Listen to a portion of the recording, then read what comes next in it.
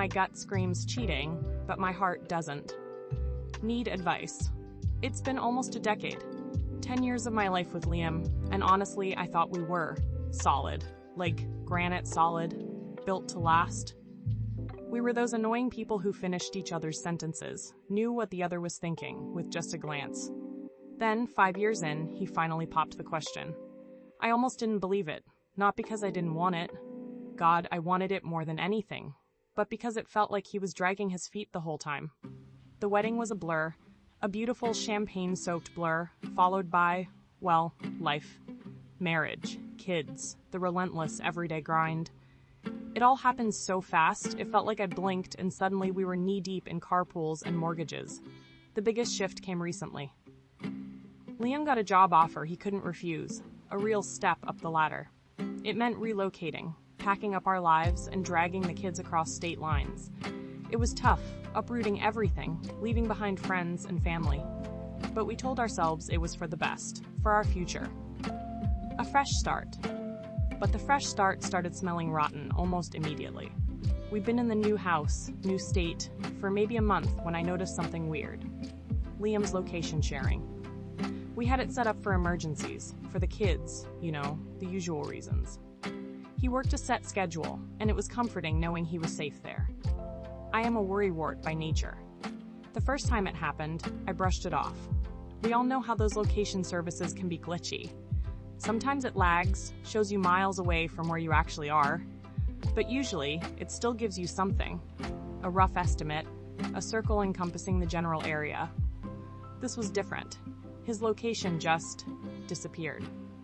The first time I checked, the app simply read, "No location found." Not location unavailable, not a delayed signal, just nothing. A blank space where his office should be.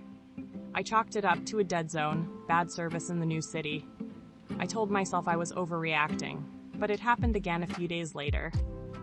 And that's when the knot in my stomach started to tighten. He was supposed to be at work.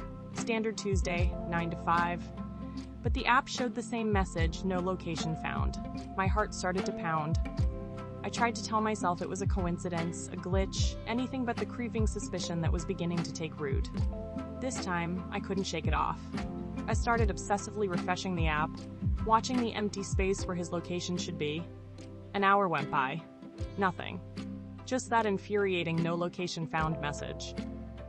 Driven by a desperate need to know, to understand, I did something I'm not proud of. I grabbed his old iPad, the one he still used for streaming movies. He was logged into his Apple account there, and I knew, with a sickening certainty, that I could check his location through the Find My app. My hands trembled as I navigated to the app.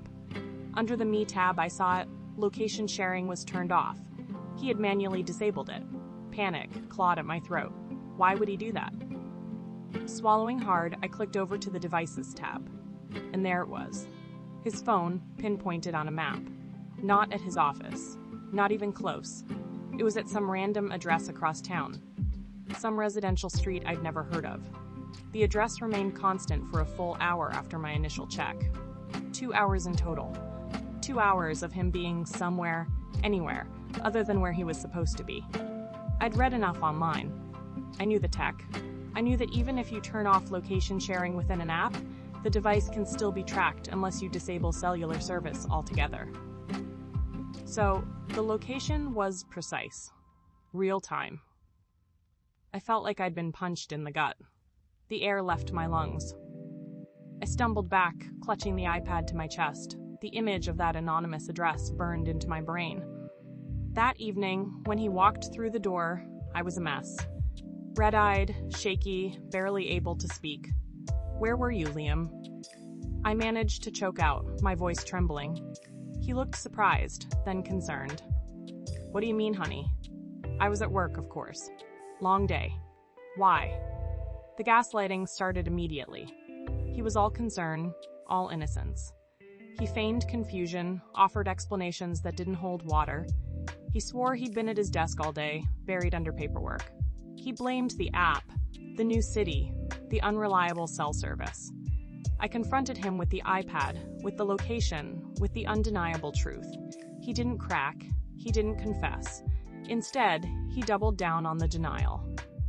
"I don't know what you're talking about," he said, his eyes wide with what looked like genuine hurt. "This must be some kind of mistake. You know I would never." And then came the compassion.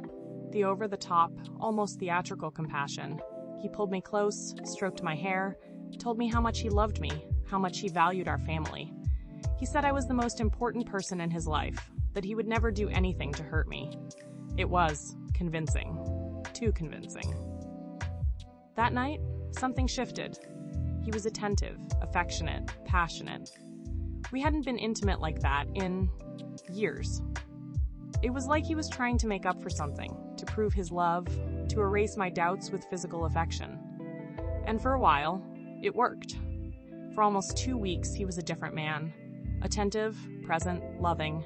We had sex every other day, like clockwork. It was intense, almost desperate, like he was trying to prove something.